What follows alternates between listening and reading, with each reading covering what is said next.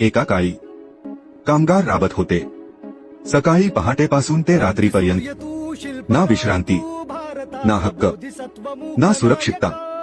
पण मग आले डॉक्टर बाबासाहेब आंबेडकर.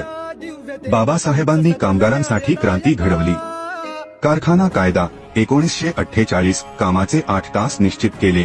किमान वेतन कायदा 1948, प्रत्येक कामगाराला न्याय मिळवून दिला. गर्भावस्था लाभ कायदा 1956, महिला कामगारांच्या मातृत्वाचा सन्मान केला. कर्मचारी राज्य विमा योजना 1948, आजारपणातही सुरक्षिततेचा आधार दिला. आणि कामगार संघटनांचा हक्क भारतीय संविधानात कोरला. आज आपण जेव्हा सुट्टी घेतो, जेव्हा किमान वेतनाचा हक्क मागतो, तेव्हा प्रत्येक वेळी आठवा, हा प्रत्येक हक्क बाबासाहेबांनी आपल्या रक्ताने, घामाने आणि बुद्धीने लिहिला. जय भीम.